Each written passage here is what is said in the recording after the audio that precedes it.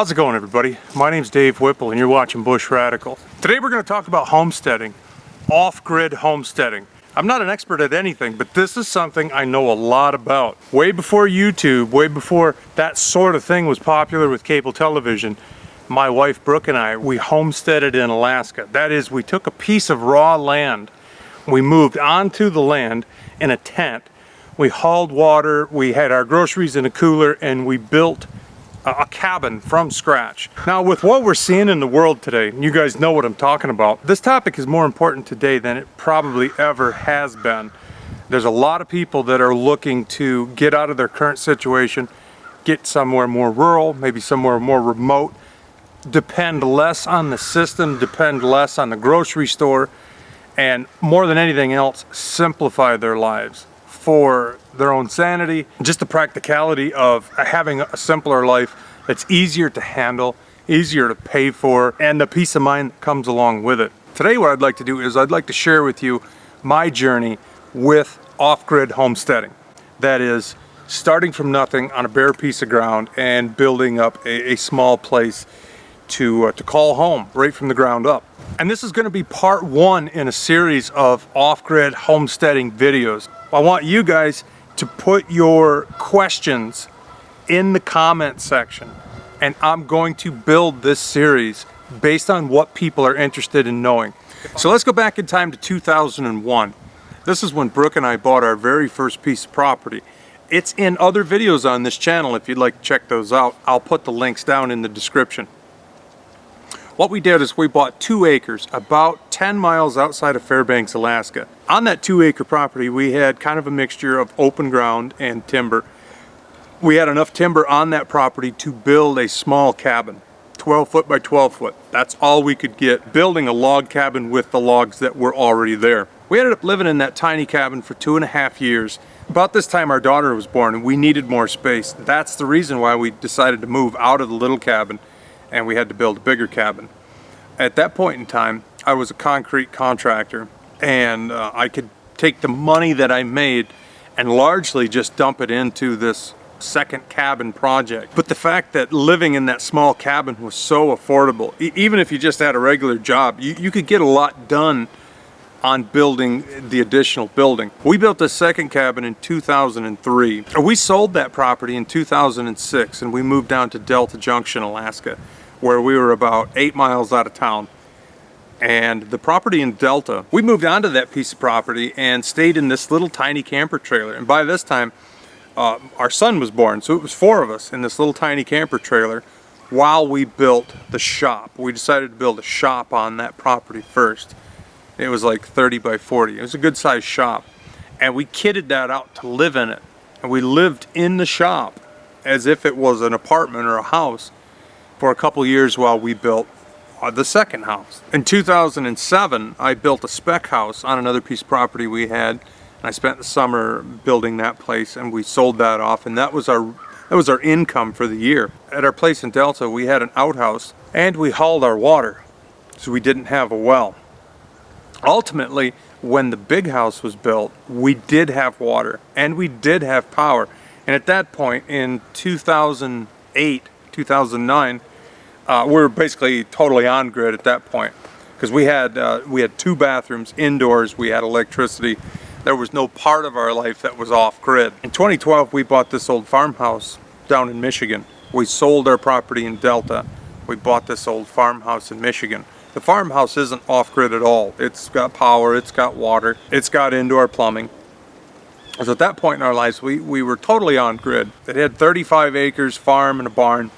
We bought this old farmstead cash, and the reason we could do that, we started off in this tiny little cabin that was incredibly economical, hardly any bills whatsoever, on a piece of land that all we owed on it was property taxes because we bought that land. We stayed in that cabin while we built the second cabin. When we sold that, it was 100% sweat equity. We had 100% equity in that property. We took that money and built our place in Delta.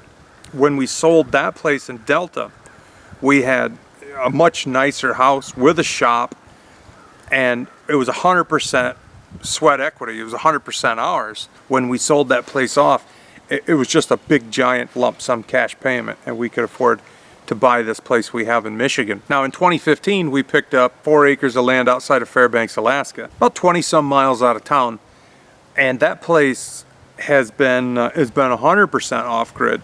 Not only do we not have power, we use a generator if we need power. We got battery radios, we've got a propane bottle stove that we just use a 20-pound tank. We haul drinking water from a well just outside of Fox, and for showers and stuff we do rainwater. So that place, for the last 5 years, we spent half the year there, and that's 100% off-grid. Whether it was living in a tent while we built our first cabin, or living in that tiny cabin while we built our first house, living in a camper while we built the shop, living in the shop while we built the second big house, living in a wall tent while we built our current cabin outside of Fairbanks, it's been that same pattern over and over and over. You get onto the piece of property, you figure out where you want to build whatever it is that you want to build, and then you find another spot on that property where you can set up your temporary living quarters, whether it's a wall tent, whether it's a big, Coleman camping tent, whether you put up like a shelter logic.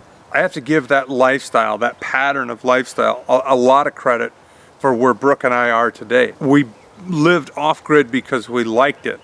We lived simply because we liked it, but it was also very cheap. And it was also a way that we built a lot of equity, a lot of ownership. We built up assets that were worth quite a lot when we sold them. If you think about off-grid living, it can be anything you want it to be. You can have solar power, you can have a composting toilet, you can have an outhouse, you can have a septic tank with plumbing that goes to the septic tank that you flush with, well water that is gravity fed. It can be as complicated as you want it to be. It can also be as simple as you want it to be. It could be, you could just live on a piece of property in a wall tent. You can do it year-round if it's warm enough.